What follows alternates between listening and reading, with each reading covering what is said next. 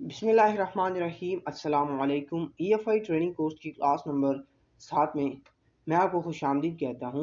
मैं हूँ इब्रार और आप देख रहे हैं एलवाब यूट्यूब चैनल। आज की इस क्लास में हम इंजन कूलेंट टेम्परेचर सेंसर के बारे में मुकम्मल तफसील पढ़ेंगे, तो वीडियो को एंड तक लाजमी देखें। एलवाब को सब्सक्राइब कर लें और बेल आइकन को प्रेस करके ऑल पे क्लिक कर दें। तो चलिए बगैर टाइम जाए कि आज की क्लास हम शुरू करते हैं।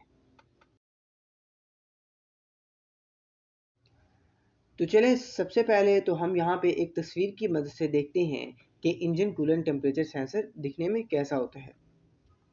तो आप यहाँ पे देख सकते हैं, यहाँ पे एक बात लाजमी याद रखें कि मुख्तलिफ गाड़ियों में इंजन कूलेंट टेम्परेचर सेंसर का जो साइज़ है वो बड़ा या छोटा हो सकता है, लेकिन इसके काम करने का प्रिंसिपल एक ही रहेगा। बात कर ले अगर हम इंजन कूलेंट टेम्परेचर सेंसर की लोकेशन की, तो engine coolant temperature sensor engine पर लगे थर्मोस्टेट वाल्व के साथ ही लगा होता है। यहाँ पर इसे इसलिए लगाया जाता है कि इस जगह पर इंजन कूलेंट टेम्परेचर सेंसर सबसे अच्छे तरीके से काम करता है। तो आप यहाँ पे एक वीडियो क्लिप की मदद से भी इंजन कूलेंट टेम्परेचर सेंसर की लोकेशन देख सकते हैं।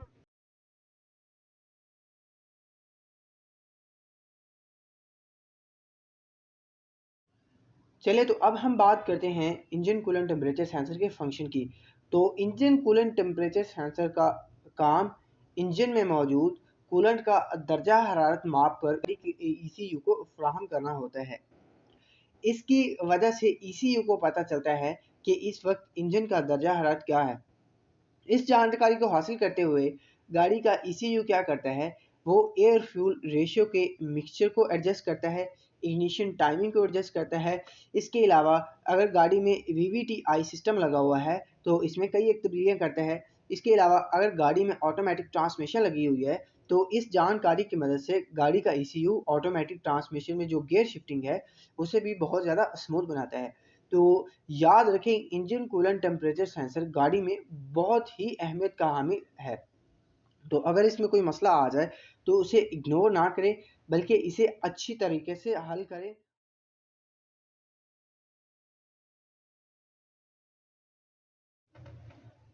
तो अब हम बात कर लेते हैं इंजन कूलेंट टेम्परेचर सेंसर की वायरिंग की।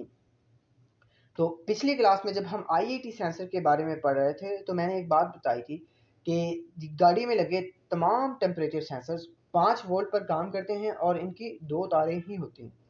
तो इसी तरह इंजन कूलेंट टेम्परेचर सेंसर भी 5 वोल्ट पर काम करता है और इसकी 2 तारें होती हैं और दोनों गाड़ी के ECU से आती हैं। एक वायर में गाड़ी का ECU 5 वोल्ट सप्लाई करता है और दूसरी वायर की मदद से engine coolant temperature sensor coolant के टेम्परेचर के मुताबिक वापसी का सिग्नल ECU को फ्राहम करता है। चंद एक बड़ा रेयर है, लेकिन चंद पुरानी गाड़ियों में इंजन कूलेंट टेम्परेचर सेंसर की एक वायर होती है और इसे गाड़ी की बॉडी के साथ ग्राउंड कर दिया जाता है। चलिए, अब बात कर लेते हैं हम इंजन कूलेंट टेम्परेचर सेंसर की वर्किंग की। तो यहाँ पे दो किस्म के इंजन कूलेंट टेम्परेचर सेंसर होते हैं। एक होता है नेगेटिव टेम्परेचर कोफिशिएंट और दूसरा होता है पॉजिटिव टेम्परेचर कोफिशिएंट। तो नेगेटिव टेम्परेचर कोफिशिएंट सेंसर में क्या होता है कि उनकी रेजिस्टेंस कम होती है जैसे जैसे जो इंजन कूलेंट टेम्परेचर का जो दर्जा हरारत है वो बढ़ता है।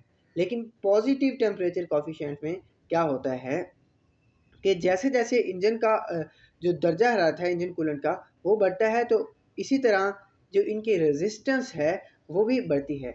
रेजिस्टेंस क्या होती है, मैं थोड़ा सा बताता चलूँ आपको। यहाँ पे ऐसी चीज़ जो करंट के रास्ते में रुकावट पैदा करे रेजिस्टेंस कहलाती है। इंशाल्लाह बहुत जल्दी मैं बेसिक इलेक्ट्रिकल कॉन्सेप्ट पर भी एक कोर्स बनाऊंगा जो कि इस यूट्यूब चैनल पर आप देख सकते हैं।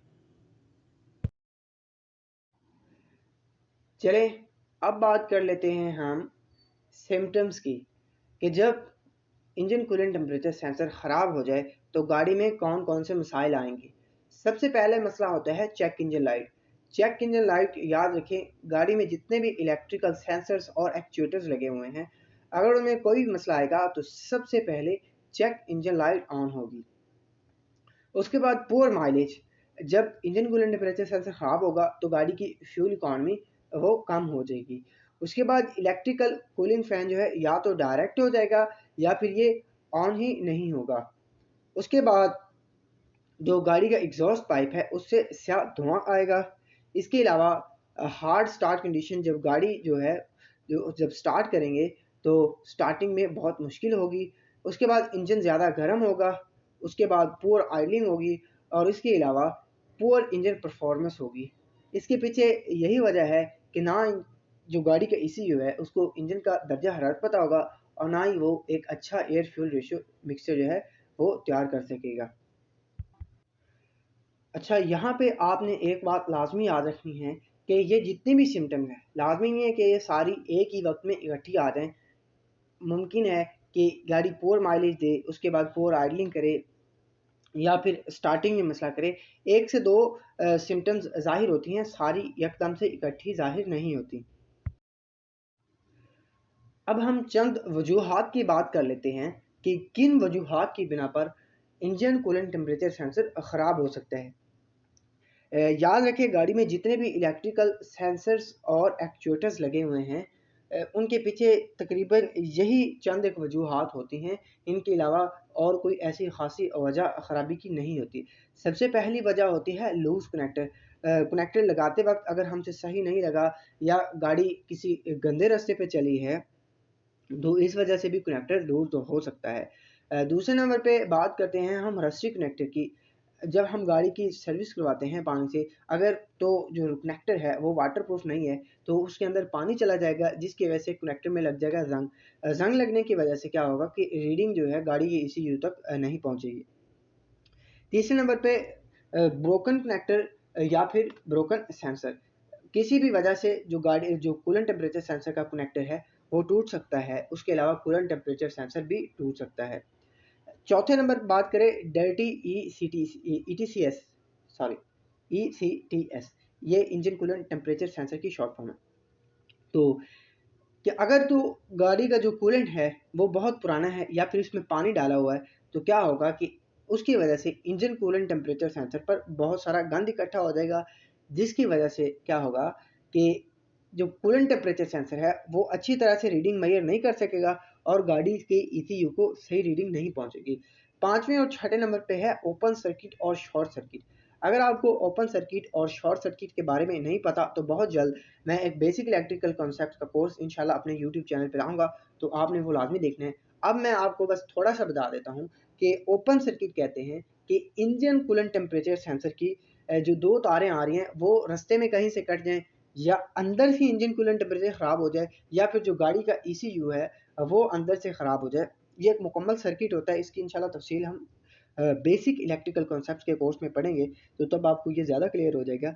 शॉर्ट सर्किट क्या होता है कि शॉर्ट सर्किट यही होता है कि जो इंजन कूलेंट टेम्परेचर सेंसर की तारें हैं वो कहीं ना कहीं से आपस में मिल गई हैं या वो गाड़ी की बॉडी के साथ मिल गई हैं या वो अपने साथ से गुजरने वाली तारों के साथ गुजर गई हैं। सातवें नंबर पर वजह हो सकती है फॉल्टी ECU। गाड़ी का जो ECU है वो ख़राब हो सकता है।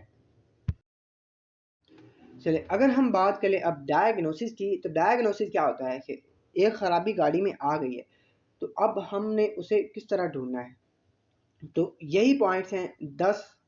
एक यहाँ पे मैं लिखना भूल गया हूँ, वो मैं अभी बता देता हूँ आपको।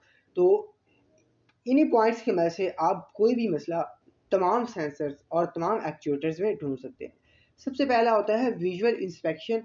विजुअल इंस्पेक्शन में आप ज़ाहिरी तौर पर चीज़ों का मुआयना करें, वायरिंग चेक करें, सेंसर्स वगैरह चेक करें सारे। उसके अलावा कस्टमर से भी आप थोड़ी बहुत बात करें कि गाड़ी का काम आपने आखिरी वक्त में कब करवाया था, कहाँ से करवाया था, कुछ इस तरह चंद एक बातें पूछिए। दूसरे नंबर पे मैंने लूज कनेक्टर लिखा है लेकिन यहाँ पे मैंने लिखना था कि फॉल्ट कोड चेक करें। स्कैनर की मदद से आप फॉल्ट कोड चेक कर लें कि किस चीज़ का फॉल्ट है। उसके बाद फिर हम आगे चलेंगे उसके ऊपर लूज कनेक्टर पर। लूप चेक करें कि उस सेंसर का या उस एक्चुएटर का कनेक्टर तो नहीं लूज। उसके बाद रस्टी कनेक्टर चेक करें कि जो कनेक्टर है उस पर रंग तो नहीं लगा हुआ। Check available voltage. जो आई टी कह रहा हूँ, इंजन कूलेंट टेम्परेचर सेंसर है वो 5 वोल्ट पर काम करता है तो आपने मल्टीमीटर की मदद से चेक करना है कि इसमें 5 वोल्ट आ रहे हैं कि नहीं आ रहे। अगर आपको डिजिटल मल्टीमीटर इस्तेमाल करना नहीं आता तो टेंशन ना गिनो, इंशाल्लाह उस पर भी मैं एक बहुत अच्छा कोर्स जो सिर्फ 3 से 4 वीडियोज़ पर मुश्तमिल होगा, छोटा सा कोर्स होगा, तो वो मैं बहुत जल्दी इंशाल्लाह इसी चैनल पे ले आऊँगा। उसके बाद चेक आउटपुट वोल्टेज जो होते हैं वापसी का सिग्नल होता है, वो भी डिजिटल मल्टीमीटर की मदद से चेक होगा। Broken connector and broken sensor, वो भी आप विजुअल इंस्पेक्शन में ज़ाहिरी तौर पर चेक कर लेंगे। अच्छा, मैं बता रहा था कि अगर मैं इस टॉपिक पे डायग्नोसिस पे सिर्फ एक वीडियो बनाऊँ तो वो 15-20 मिनट की तो सिर्फ इसी पे बन जाएगी। तो इसीलिए मैं सिर्फ आपको ये बता रहा हूँ, लेकिन इंशाल्लाह ये जो डायग्नोसिस है ये टेम्परेचर सेंसर्स कवर हो लें तो इसके बाद इनके डायग्नोसिस पे मैं एक अलहदा से वीडियो बना दूंगा। 7वें नंबर पे है डर्टी ECTS, ठीक है। उसके बाद ओपन सर्किट 8वें नंबर पे है, और 9वें नंबर पे है शॉर्ट सर्किट, और 10वें नंबर पर है फॉल्टी ECU। तो ये 10 से 11 वजूहात होती हैं किसी भी इलेक्ट्रिकल सेंसर और इलेक्ट्रिकल एक्चुएटर में। तो आपने यही चीज़ें गौर में रखनी होती हैं, यही चीज़ें देखनी होती हैं। इंशाल्लाह इन्हीं में कोई ना कोई मसला होता है। तो आज की क्लास में सिर्फ इतना ही। अगर इसके मुताबिक आपके जहन में कोई भी सवाल है तो आप कमेंट बॉक्स में लाजमी पूछें। एलवाब को सब्सक्राइब कर लें और बेल आइकन को प्रेस करके और पे क्लिक कर लें ताकि हर आने वाली नई वीडियो आप तक पहुँचती रहे। अल्लाह हाफ़िज़।